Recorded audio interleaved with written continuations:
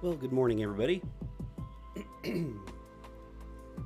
Welcome to Coffee with Steve. Yes, that show that you can wake up to and go, what kind of crazy thing is Steve going to do today?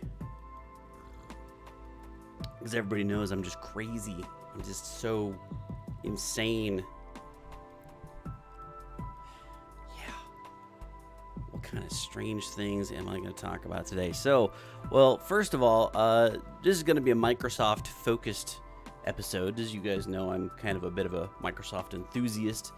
Some might say I'm a little bit biased, but I don't think I'm really all that biased. I think I'm just... I recognize Microsoft for what it is, and I think it is a industry game changer early on, and now they're playing a little bit of catch up, right? They're trying to play a little bit of catch up to the Amazons and the Googles and the Facebooks of the world, but they've done a pretty decent job of finding a pathway to stay viable. And I'm especially impressed with the leadership of Satya Nadella, the new CEO. I forget exactly when he came on board. I think it was 2015.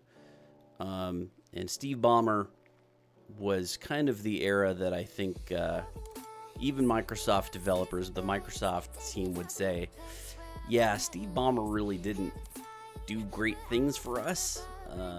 Kind of missed some of the innovations things. And that's a little bit about what I want to talk about today. It's interesting because Bill Gates did an interview and he did a little bit of an acknowledgement of some failings, which was kind of interesting because, you know, a lot of times you only hear nothing but the good. All right, well, once again, the music that you are listening to in the morning that gets us started every day is from Pretzel.rocks. It is a royalty-free music site, which is great for content creators like me, because then we don't have to pay a buttload of money. So thank you very much, Pretzel.rocks, for providing that wonderful service to us. It's really, really great. So, yeah, should I do the intro? Yeah, let's run the intro.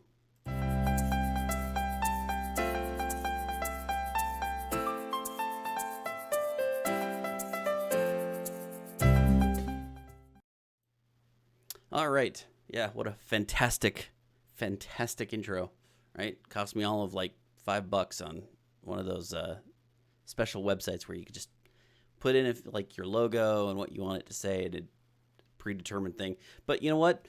We're cheap. We run on a very cheap budget here to keep prices low for your convenience, and that way you don't have to pay very much, right? Okay, so first and foremost, I want to say if you guys have any comments or questions or anything during the live stream, go ahead and go to the live chat. I'm constantly keeping an eye on that thing. I do a pretty bad job of it, honestly, but I do every once in a while look over when I'm not on one of my rants.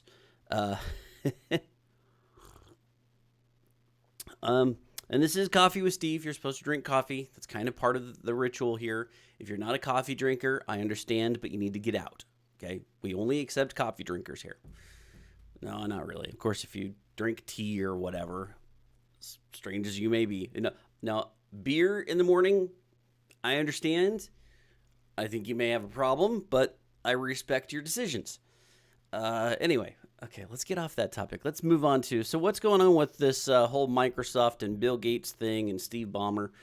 Well, so there was the Bill Gates era, the Steve Ballmer era, and now we're in the Satya Nadella era. And under the Bill Gates era, there was obviously, it's what brought forth Microsoft. And there's a lot of, you know, was he underhanded with dealing with Apple? I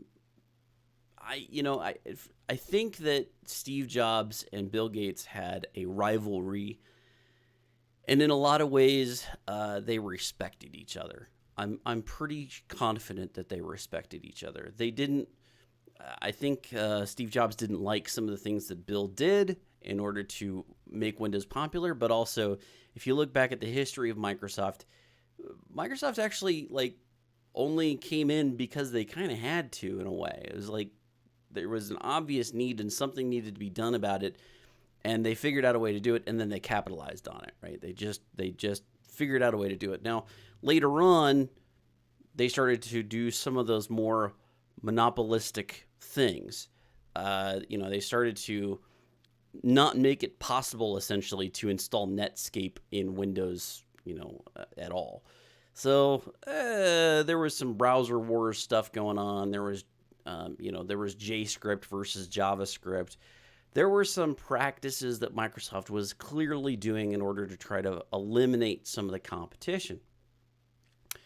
And in a lot of ways, you have to kind of respect that because, you've got to do things in the marketplace to try to enhance your brand because you want more people to come over to your side. And this is especially the case when you're dealing with a kind of a newer thing, right? Because PCs in the 90s were still they weren't as ubiquitous as the TV shows might make you think.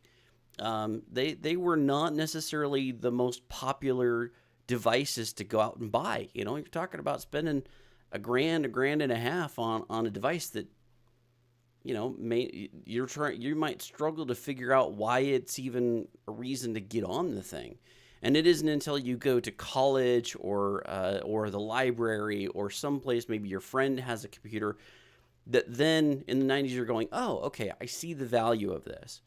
So it was still a very small market. It wasn't a very big market, and there wasn't a lot of place. There was quite a bit of money growing, but you have to understand, if it weren't for Microsoft, really, if it weren't for the practices that Microsoft did in order to kind of bully their way into the PC market and kind of try to work against what Apple was doing, we wouldn't really be where we're at today, right? We wouldn't see the PCs that we saw. Now, since then, the technology has really kind of moved on from PCs. Yes, we still have laptops and desktops, and we're probably going to have these things for a long time because we like our big screens, we like our big, powerful computers. But I think that the market has gotten so much more towards mobile and small devices. And if you can get a small device that can run big screens, you've got basically, if you can get a big size PC on a small little device like a phone, and you could just plug that phone into some computer screens and do all the computer stuff that you want, that's kind of where I see that PCs have gone of, you really have to need a PC nowadays in order to go buy one. You kind of have to have this, I need to get a PC. But even then, most of the time, people are just getting a laptop, right? I'll just get a laptop, maybe hook up a docking station, and, then if I have to use my 3 monitors or whatnot, then I'll just have a docking station. The only other area that I see that is still very PC heavy is gaming, right? If you're going to be doing any sort of gaming, there's going to be some need for the bigger, beefier equipment. So that's kind of where the PC market is still kind of thriving, right? You still got Windows on a regular PC for people who want to have a PC. You got some enterprise reasons for that, obviously, right? You got to have a lot of companies have to have some sort of workstation that everybody's working at to do their business. But you can see that if a company could run off of mobile only, right? If that seemed like a viable option, I'm pretty sure a lot of companies would move towards that. I don't think that they like the particular overhead cost of running a PC, PC network. There's reasons why it's still kind of one of these things where we're in a legacy mode still with PCs, right? The technology that you interact with on a daily basis, if you think about it, is almost always going to be a smartphone now, right? That's kind of where we get all of our information.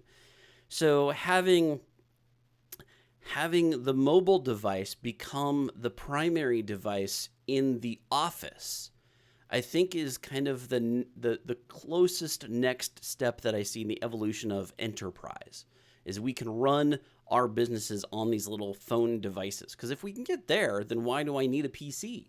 Right? If I can just plug my phone into a docking station or whatnot that gets all of my big screen stuff that I need in order to do my work, why would I even need a laptop? Why would I need a PC? maybe a laptop makes sense if you're going to be doing some traveling. But yeah, I mean, it just seems to me like the next logical step is, because we've got these small devices that could do so much, that it wouldn't be that hard for them to adapt the equipment to be more enterprise oriented. However, we're not going that direction right now, because that's not really where the manufacturers, the developers, and Google even really sees that technology going right now. I don't think that they see that as a movement that they can pursue, because most people just use their phones for personal reasons, right? Yes, you might use a phone for communicating through your business, right? And you just have this handheld device. Whenever it's portable, I can do certain things portably, but nobody is using this as an infrastructure tool, right? Nobody's really using a phone as the infrastructure that they're utilizing for the entire business, which seems interesting to me that nobody has really spearheaded that movement just yet. That's just a little, I'm kind of projecting a little bit there, kind of talking off the cuff here. Maybe there's reasons that I'm not completely understanding, but I think I've got I got a pretty good grasp on technology and how it works and where businesses are looking to cut costs and stuff. And honestly, if you can get a little handheld phone for $600 or $700 that you could potentially run on run a regular computer with, that's portable and much smaller and easy to carry around with you everywhere you want to go, I don't see why people wouldn't be doing that more, right? In fact, there was I remember there was one of the earliest devices I ever saw was a Motorola phone. I forget what it was called. I actually had one. I had the second generation of this phone. But it was, you could actually plug it into a laptop type interface and it would work. So it had a screen and a keyboard, and you just plug it in to this special system and you would run your applications. You would run your phone on a laptop type device. I forget what it was called. I think it started with an A, and if somebody remembers, maybe they can help me out. But yeah, just that's the kind of thing that I'm amazed we don't see far more of. That kind of like a phone with adapters that get you, and there's a lot of things like that, right? You can hook up your phone to a lot of systems. I've got a Samsung. I got one of the. Let me see if I can find it here.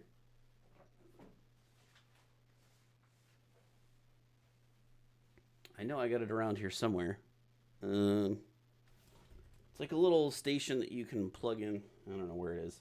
It might be in my box over there. I don't use it right now because I use a PC for all of this stuff right now. And it makes sense, but that's because a lot of the software that I need is not on Android, right? The stuff that I do is not Android specific yet. They don't have the applications for it that I need, which is kind of strange to me, because if there was just simply a direction that said, hey, we need more like desktop type things that we can do on the phone, then you would have a platform. You'd have another platform that kind of competes against the PC. And I think it would be very easy to do this because people are buying phones all the time to replace things. People replace their phones far more than they're going to replace their PCs. And they're going to have, if they can find a reason to take that device, that little mobile device, and turn it into their enterprise station, why not, right? Why wouldn't they do that? That would be an easy conversion for people to make. But maybe there's just something about it, something about the market that I don't understand, and they do, and they're the smart players, and Steve's just a dummy. He's just pontificating on his channel, and he does nothing. Who knows? Anyway, so let's get into this. I know it's been like 15 minutes, and I still haven't even talked about what it is I wanted to talk about. So Bill Gates, I have this headline from Engadget. It says, Bill Gates claims his greatest mistake was not beating Android. So the quote, the greatest mistake ever is whatever mismanagement I engaged in that caused Microsoft not to be what Android is. It's an interesting, that's kind of high praise for Google, if you think about it, right? That's like, hey, Android, they figured out how to get into that market space when we were slow to adapt, when we were slow to make that movement. And I think it's telling a little bit later on exactly how that, who's at fault for that. Bill Gates is kind of trying to fall on the sword here, but I think that we all know who really was the culprit. When the first Android handset came along in 2008, Google's mobile platform became an open alternative to the iPhone, which was released in 2007. So, yeah, you had the iPhone, which was released in 2007, which I remember back then when the iPod came out. And I said, I remember this. Well, shoot, they could just make a phone out of that. Like, just throw an application on there.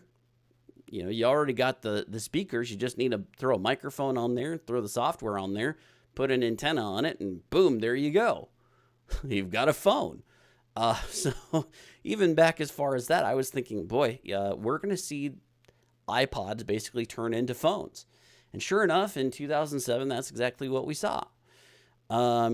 So where was Microsoft during all of this, right? Where was Microsoft when iPhone came out? Well, it goes on to say a little bit later on, this wasn't Gates' fault personally, as he stepped down from his role as CEO in 2000. So, you know, Gates was still there as a part-time chairman, is what they say. You know, he's kind of part of Microsoft. He played a advisory role, but really the guy in charge of Microsoft at the time was Steve Ballmer. So the CEO of Microsoft at the time was Steve Ballmer, who laughed at the iPhone for being too expensive. No one's going to want this. It's too expensive. Right? And that's kind of, well, okay. People weren't buying the PCs because they were too expensive. What happened there? Yeah, I mean, I think a lot of people, Steve Ballmer, look, I don't want to make him out to be the boogeyman, but I think we saw a lot of the antagonizing towards Microsoft. Yes, there was some during Bill Gates because of, you know, the Windows, the early startups, the MS-DOS, the way that Windows handled things, the browser wars with Netscape and Sun Microsystems. Like, there was definitely some fighting going on there between Microsoft and some of the other popular software developers and technology companies. And of course, Apple, can't forget about, you know, their fights with Apple and, you know, presumably the stealing of certain technology. But the thing is, that could have easily have been quashed, I guess, after Bill Gates left in 2000. What Ballmer did after that was very antagonistic too, though. It was kind of like, we're the big bully on the block now. We're the big kahuna, and we're going to swing our weight around and try to knock out as many of you as we can. And you're either with us or you're against us.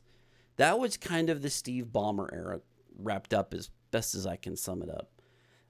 And I think that antagonism towards the industry as a whole, like you're either with us or against us, really solidified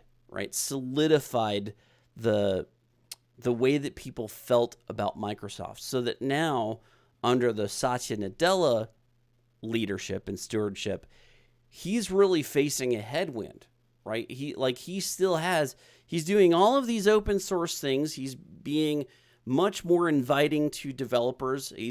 We've got Linux, you know, we got the subsystem for Linux, you know, on Windows. We built a Linux kernel. Everything is open source. Acquire GitHub.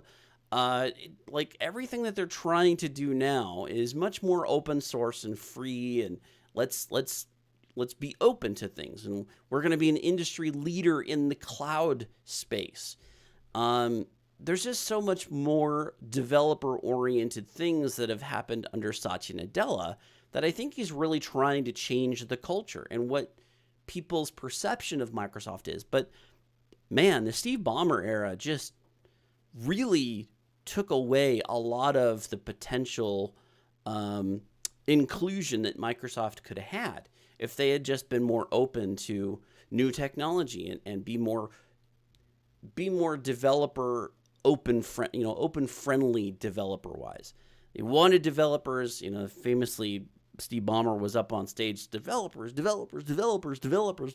Like, he's saying that as if he's going to get developers by just chanting it. instead of maybe doing things that are more open to the community of developers and what are the developers actually wanting and then placating to that.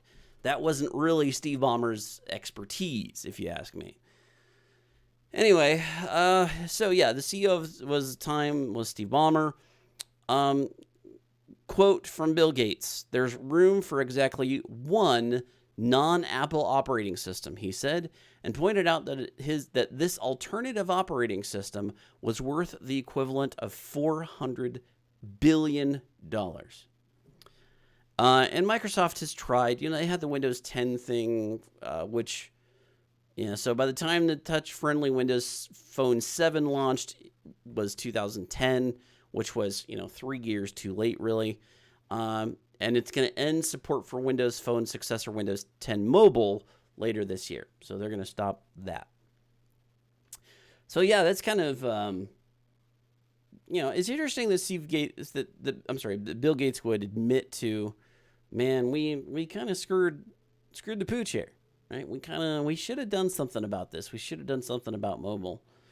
And hopefully, we're going to move on from mobile, I think. Mobile is great right now, but I think we're going to find ourselves into the more wearable technology is going to start to become, I think, more and more. I'm projecting, 15 years from now, I think wearable is going to be bigger than even mobile itself, than, a phone.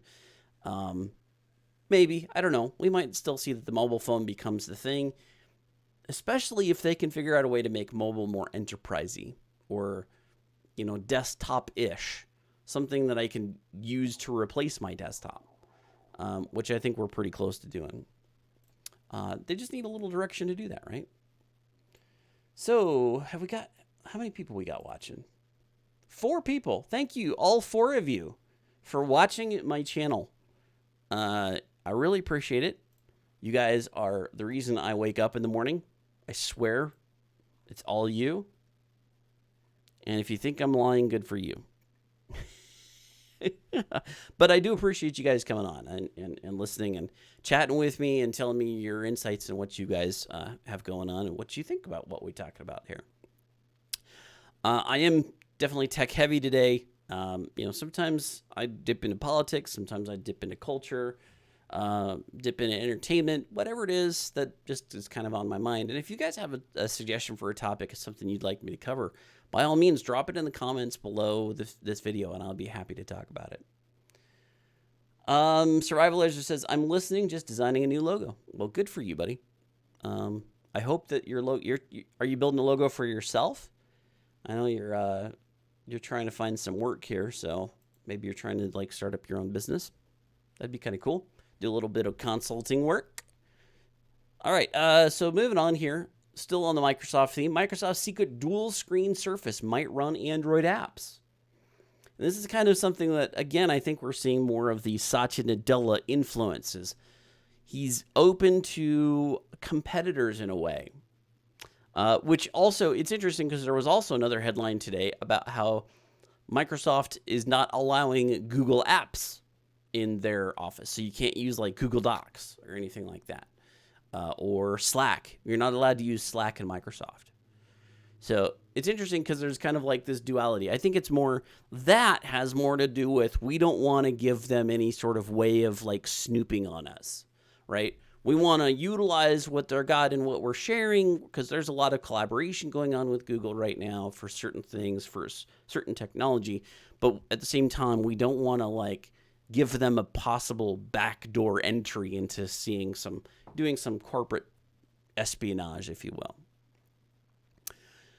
So Microsoft has been working on a secret new dual screen Surface device for months now. A dual screen. Interesting because it seems like almost everything dual screen that's coming out right now has been a flop. Can you think of a dual screen device right now that is an industry standard and stable device? I've seen phones that were dual screen come and gone. I have 3 screens around me right now, but yeah, I can't say that a dual screen device has really stuck. So Survivalizer says logo for an antique shop or blog. Okay. Oh, an antique shop blog. I gotcha. So they're an antique shop, but they also blog. Got it. Cool, man.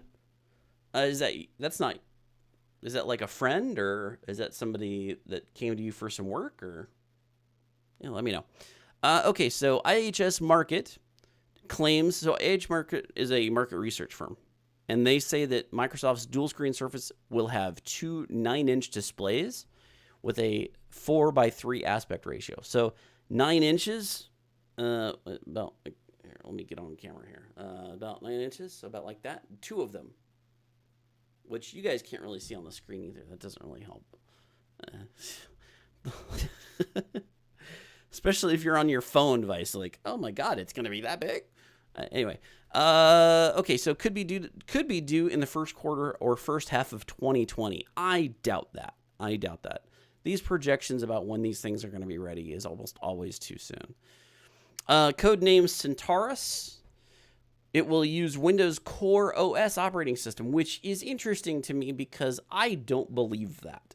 This brings up just kind of a red flag for me. Because remember, Microsoft has stated there will be no more Windows operating systems. None. They're done. Windows 10 is it.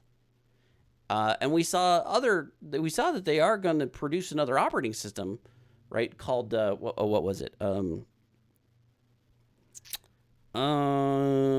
Shoot. Now I can't remember. But we talked about that in an earlier video. If I find it, I'll have to post a link to it.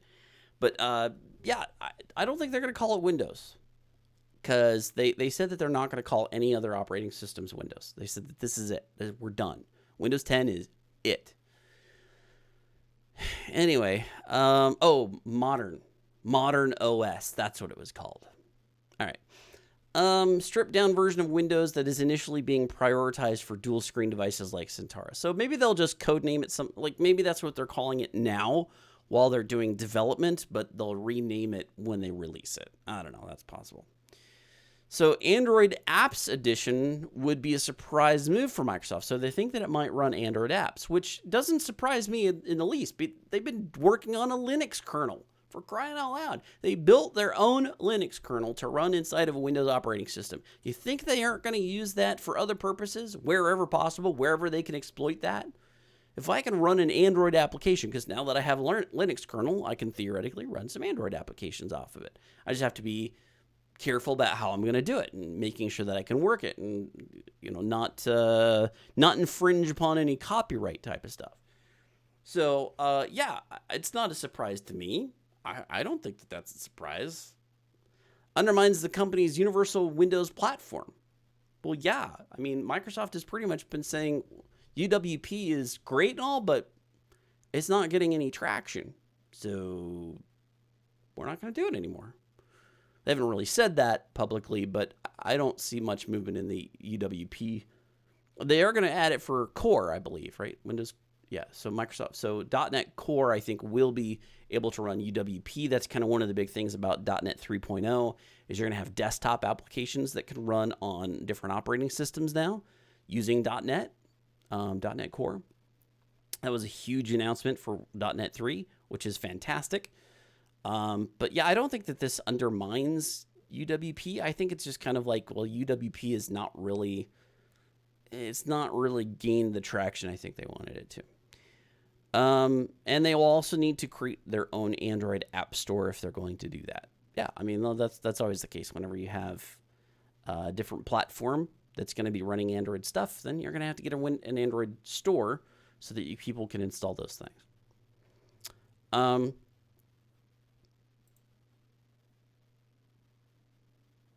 So the last thing that I had for you was just kind of wanted to talk real quick. I'm kind of excited about this.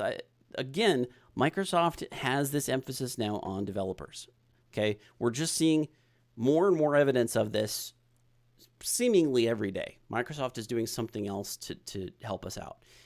And this, once again, so Microsoft's new Windows Terminal is now available in the store.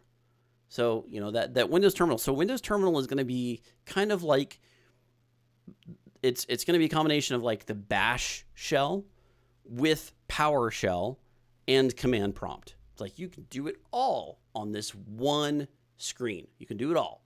Okay, with no more of this. We're going to do command lines. So I tell you what, one of the most annoying things as a author of curriculum is here's the instructions for Linux. Here's the instructions for Apple. Here's the instructions for Windows. And most of the time, Linux and Apple instructions are identical most of the time, except for like which are using apt-get or something like that, or homebrew. Well, when it comes to Windows, though, it's almost always like there's a whole, you have to understand backslashes instead of forward slashes. You have to start at the C drive. Like there's a lot of different things terminal-wise that we have to kind of explain. The different commands are completely different. Well, not completely different. There's some crossover. There's some overlap there. But yeah, I mean, the instructions are almost always a little bit different for Windows, and it's so dang annoying. So that's one of the reasons why like the subsystems for Linux is really, really cool, because we finally have like this bash terminal. We have this thing that unifies the commands that we execute on all of the different operating systems. So from my perspective, this is fantastic. But also taking that extra step of making a new terminal window that allows you to run all of these different kinds of prompts. Do you want to run a PowerShell prompt? Open up a tab for that. You want to run a version of Ubuntu? Go open up a tab for that. If you want to run a version of OpenSUSE or Debian or whatever, you just go open up a tab for that and you go run it. That's really, really cool. That's great for us developers. So, command prompt, PowerShell, and Windows 10 Windows subsystems for Linux, all of them wrapped up in one terminal window. So that's really good. Microsoft released the Windows Terminal app preview in the day on June 21st. So that was just a few days ago. It's available in the Microsoft Store for Windows 10 users for free for those running Windows 10 May update. So you have to have the May update, which is update 1903 or higher. So, quote, very early preview release with many usability issues, most notably the lack of support for assistive technology. So it is still in early preview. That's fine, but you know what? Like, at least they're letting us see it and use it, right? Like, at least they're releasing it and making it a thing, and they're going to make it better as we move along. But at least they give us some. This is the great thing about like Agile.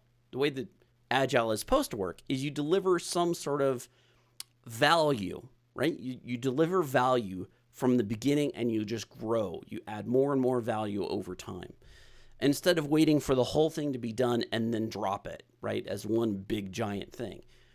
So what they're really doing here is like, we've got this great idea. It combines a bunch of things. There's some problems, but you know what? We know it's got value. So here it is. So that's great. And not only that, but it's open source, right? Again, Microsoft doing open source software. So it's an open source application that is designed to make developers' lives a lot easier. Because like you think about who is this targeting? Who's going to use a terminal window that is for all systems, like that lets you access all systems in all different formats, right? So I can run a bash command line. Is that for the average everyday user of the PC? Like, I'm just going to tell grandma, enter in this code, and she's just going to know how to do that, right? No, that is not who this is for. This is for the developers. It's open source. It's for developers. It's got Unicode support. Like, it's even got a GPU accelerated text rendering engine, for crying out loud, with custom themes. So yeah, it's definitely, they're getting more and more developer heavy. There's just, since Satya Nadella has taken over, I gotta give him credit. He's probably the most boring speaker I've ever heard on stage, right? He's really, really boring to listen to. Probably on par or equal to me. But man, he's got the direction of Microsoft pointed in the right way. He really does. He's doing things for developers to make them more and more accepting of Microsoft. And at the same time, I bet they're making more money, especially Azure. You look at Azure. Azure's become at least it was, I don't know where it stands currently, but it was for a time there, the #1 cloud platform. You wouldn't think it. You'd think like Amazon Web Services, right? Nope, it was Azure. So, yeah. Survivalizer telling us about his logo. Says it's a side project, something to possibly keep the lights on while looking for work. Yeah.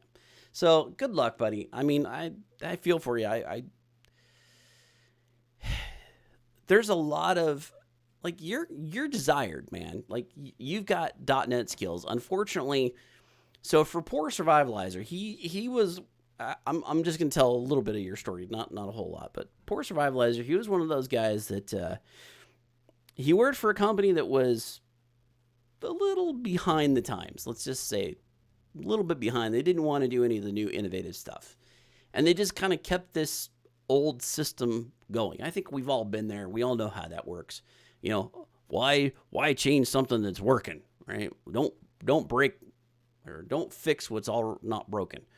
So that was kind of the situation. And unfortunately, you know, your skills kind of atrophy when that happens because you're working on this system that's not going anywhere, that no new development's happening, and all the new technologies that get released, you're just gone by the wayside. As a matter of fact, I had this discussion with my stepfather and my mother just yesterday because they're pretty. So my mom especially is very, I don't want to do anything online. Like, I'll be on Facebook to chat with my friends, but I don't want to do anything. She's scared to death of doing banking online, right? Which, understandable, especially, you know, the generation before mine was very privacy-centric. Think about this. How many times have you given away your social security number? Right? You've written it down on a piece of paper, or somebody asked if they needed your social. My mother's generation, that was a huge no-no. You do not give away your social security number at all. Nobody should know it. That is your number, personal, private. Nobody needs to know it except for the government, basically, right? Nowadays, it's like that's just a helpful identification. It's just like a helpful ID because we know it's government issued and it's like a unique ID. So a lot of database systems, a lot of these enterprise or business systems, like social security number is a great target because it's a personal ID. It's an ID that we know uniquely identifies you, and that fits well in a database scheme. So yeah. But here's what happened. My stepfather made the comment, and I think very poignantly so. You have to catch up. You can't keep ignoring these things because at some point there's going to be a time where the technology moves beyond what you're capable of, and you're going to be caught way behind and saying, man, I got to go do this now because I can't do anything in this world without that, right? Unless I know how to do that, I'm not going to be able to even like make ends meet. And that's kind of, especially with banking, like if everything is the way banking is, especially, there's so much of this being done online that if that's what we go to, like my banking system is purely online. I do not have a brick and mortar bank that I can go to. It's just purely online. And I think we're getting more and more that way. And he's right. Like if this is the way that the technology goes, at some point it passes you so much and you didn't follow up with it. You didn't stay abreast of what's going on and know how to use that technology. And you got surpassed. And now like you can't do the things that you want to do or need to do. Anyway, all right, so I think that's going to wrap it up today. It's already 8:10. I've gone a little bit past, but thank you so much, everybody, for joining me today. Don't forget to check me out on Facebook. You can check me out at Coffee with Steve B. Just put a little B at the end, Coffee with Steve, and then B, the letter B. And that's my Facebook page if you want to go check me out there. I post a lot of memes, like basically anything I find that I think is funny, I post it up on there. You can also check out my other channel, Programming Made Easy, at programmingmadeeasy.com. That's a really simple address to go to. I've got a bunch of tutorial videos out there. I know I've been a little bit laxing on those. I plan on getting back onto those. I always have these plans, but it's just a matter of work, time and effort to do these things. finding the time outside of regular work. And then I've got the Coffee with Steve stuff that I'm trying to do. So I am really busy. I got another life, people. But if you guys have a subject that you'd like me to talk about, please feel free to drop me that comment in the comment section below. And, as long as it's a good topic and I got time to cover it, I'm always willing to discuss it. So thank you so much for everybody for joining me today. I hope you have a wonderful, wonderful week, and we'll talk to you later. Bye-bye.